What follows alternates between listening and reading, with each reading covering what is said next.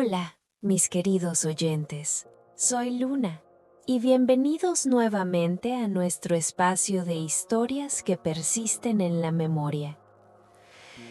Esta noche nos adentraremos en el monasterio en ruinas de San Millán, un lugar donde la piedra guarda memoria y el silencio tiene voz propia.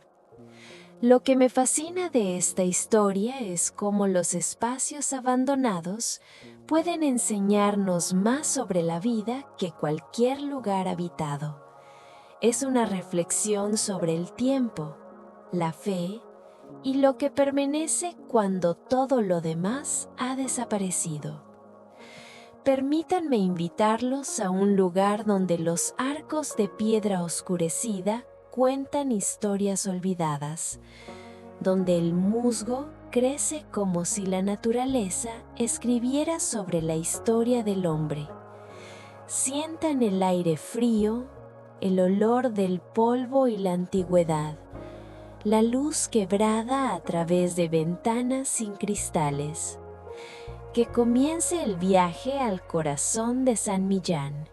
El monasterio de San Millán yace en las colinas del norte, entre valles que han guardado sus secretos durante más de 1000 años.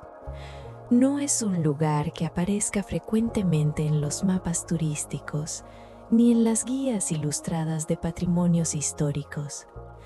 Existe, más bien, en ese espacio liminal entre lo que fue y lo que podría haber sido, entre la memoria viva de una comunidad local y el olvido progresivo del mundo exterior. Fue en un atardecer de primavera cuando Elena Mendoza, historiadora y restauradora de patrimonio, llegó al monasterio por primera vez. Su llegada había sido organizada por el obispado, que finalmente había decidido evaluar el estado de las ruinas. Elena había dedicado 20 años a este trabajo: analizar piedra, descifrar inscripciones, reconstruir historias a partir de fragmentos.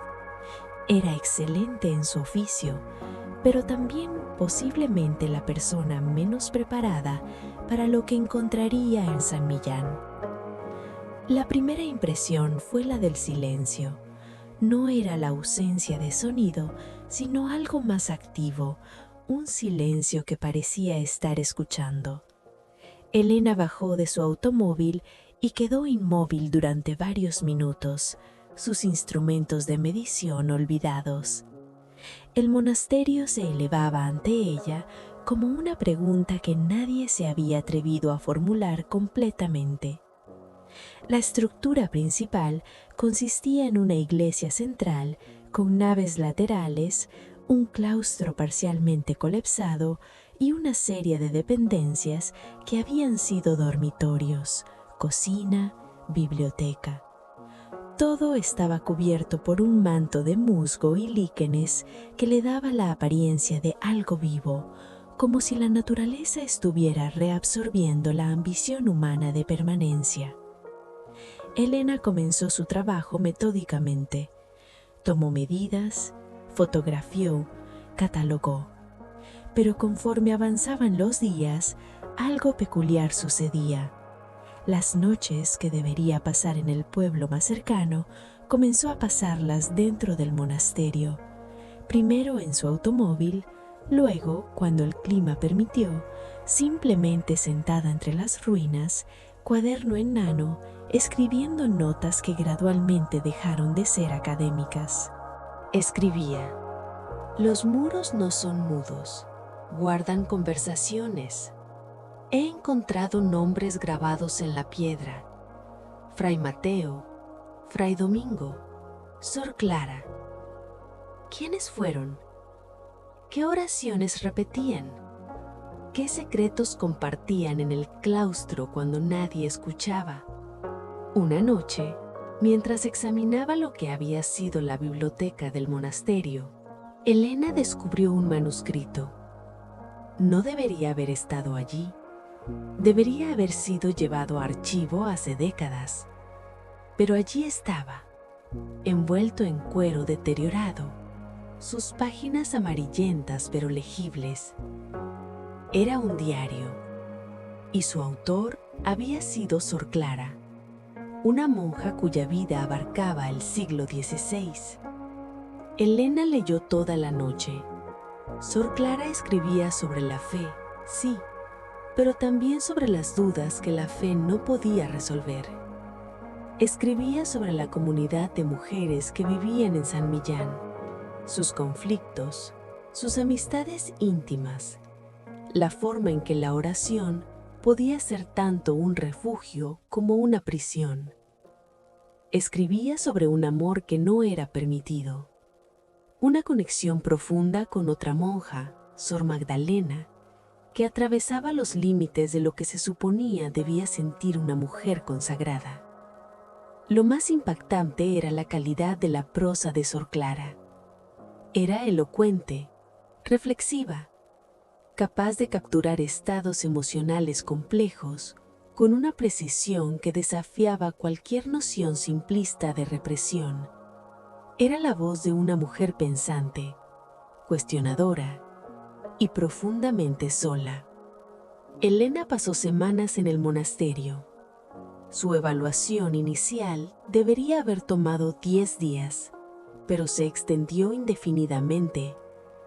Comenzó a comprender que San Millán no era simplemente un edificio que requería análisis estructural. Era un palimpsesto de vidas, de momentos, de decisiones que habían sido olvidadas deliberadamente o erosionadas por el tiempo. Encontró más evidencia. Cartas sin enviar escondidas en espacios vacíos de la pared, inscripciones en la piedra que hablaban de esperanza, de desesperación, de la extraña paz que puede encontrarse solo en la aceptación de la pérdida. Descubrió que el monasterio no había sido abandonado por razones de pobreza o incompetencia, sino deliberadamente. Las monjas habían partido juntas, alrededor de 1623, durante un periodo de reformas eclesiásticas que las habría separado a todas. Habían dejado San Millán intacto, como una catedral a su propia memoria colectiva. Una tarde, Elena se encontró nuevamente en lo que había sido el claustro. Se sentó donde las monjas habían caminado durante siglos. Y en ese momento, algo se desplazó en su interior. No era una visión mística, sino una comprensión profunda de cómo los lugares pueden ser repositorios de significado, cómo la piedra puede contener narrativa, cómo la ausencia de personas puede ser más elocuente que su presencia.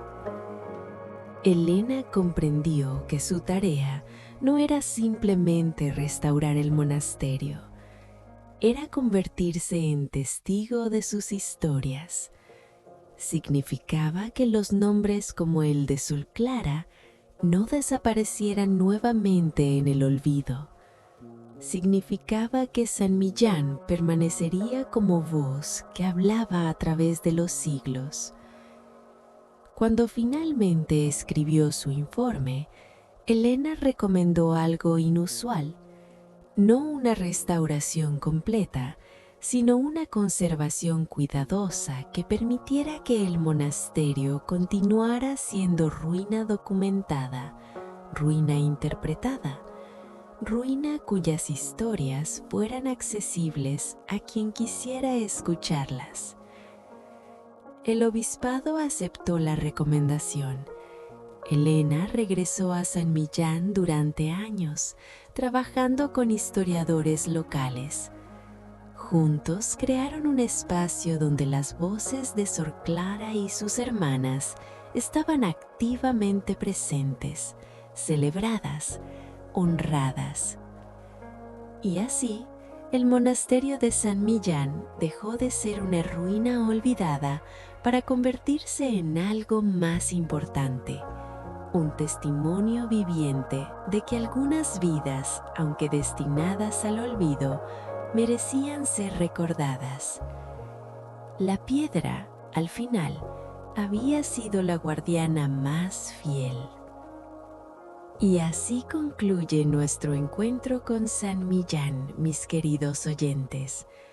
Una historia sobre cómo los lugares pueden hablar si nos detenemos a escuchar. Cómo la ruina no es fracaso, sino transformación. Y cómo la memoria tiene el poder de resucitar vidas que creíamos perdidas. Hasta nuestra próxima noche de narrativa. Que las piedras continúen hablando.